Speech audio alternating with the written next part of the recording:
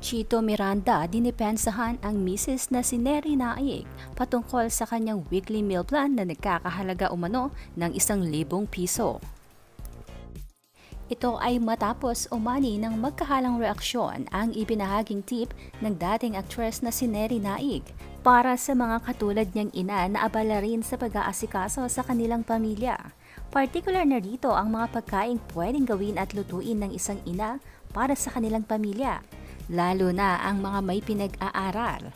Noong September 10, ipinost ni Neri sa kanyang Facebook page ang ginawa niyang menu sa halagang 1,000 pesos for a week. Makikita sa nasabing listahan ang mga pagkaing maaaring ihanda para sa breakfast, lunch hanggang dinner. At makikita rin naman na tirang ulam sa umaga at tanghalian ang nakalaan para sa dinner.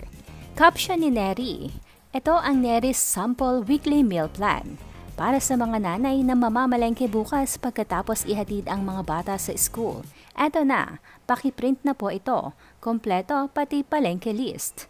Nag-try akong mag-budget ng 1,000 for a week. Kung may sukli pa yan, pwede pang dagdag merienda o baon ng mga bata. At nang mabasa nga ng mga netizens ang detalye ng weekly meal plan ni Neri, marami sa mga ito ang nagtaas ng kilay at kumwestiyon sa 1,000 budget. Ayon sa kanila, hindi ito kapani-paniwala, lalo na ngayong nagtaas daw ang presyo ng mga bilihin, mapa-groceries man o palengke. Komento pa nga ng isang netizen, "This is the malungkot and deprived Neri's meal plan. Lols, kahit anong tumbling ko, hindi uubra ang 1K challenge for a week." Tanong naman ng isa, saang Pilipinas ka nakatira, Neri? Very unrealistic naman yung 1K mo. Hindi makatotohanan. Pag namamalengke ako for 1 week, 3 lang kami, mag-asawa at 1 kid, na uubos yung 1,500 ko. Pero kulang na kulang pa rin. Partida, tipid na tipid pa yun. At dahil nga sa walang tigil na pambabash kay Neri, ay to the rescue naman ang kanyang husband na si Chito Miranda, kung saan aniya, grabe diba? Naisip lang naman ng asawa ko na baka sakaling makatulong yung meal plan niya. Ayon kay Chito, few weeks ago, Neri came up with a weekly meal plan for a family of 2 to 4, working with a budget of only 2,000 pesos. It was mostly for fun, but she also thought that it can be useful for those who might want to use it as a guide. Ayon pa kay Chito ay ni-remind naman raw ni Neri that those who will be using her meal plan to add portions as needed, depending on their family's size and appetite. Sinabi niya din na the meal plan was merely a guide which they could use as a starting point. Ayon pa sa kanya ay talagang pinag-aralan daw ni Neri para makabuo ng 1,000 weekly meal plan.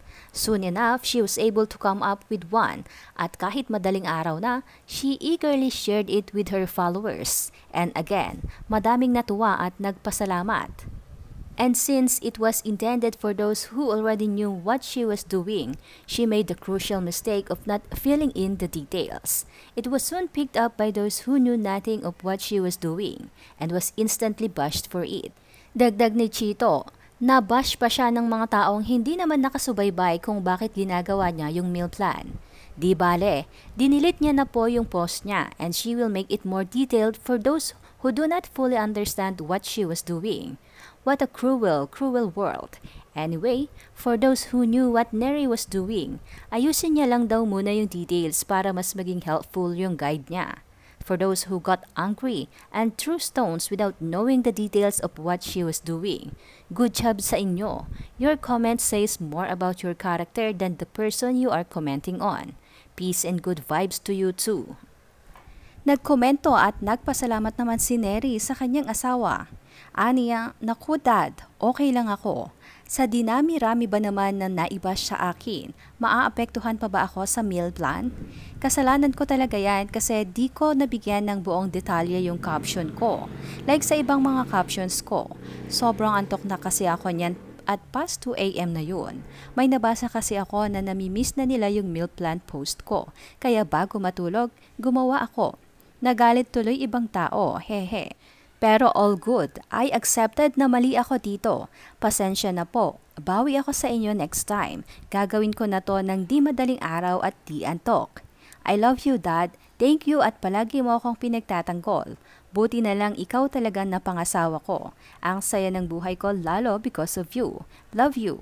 Sa lahat ng nagtatanggol sa akin at alam talaga ang mga old postings ko at kilala ako.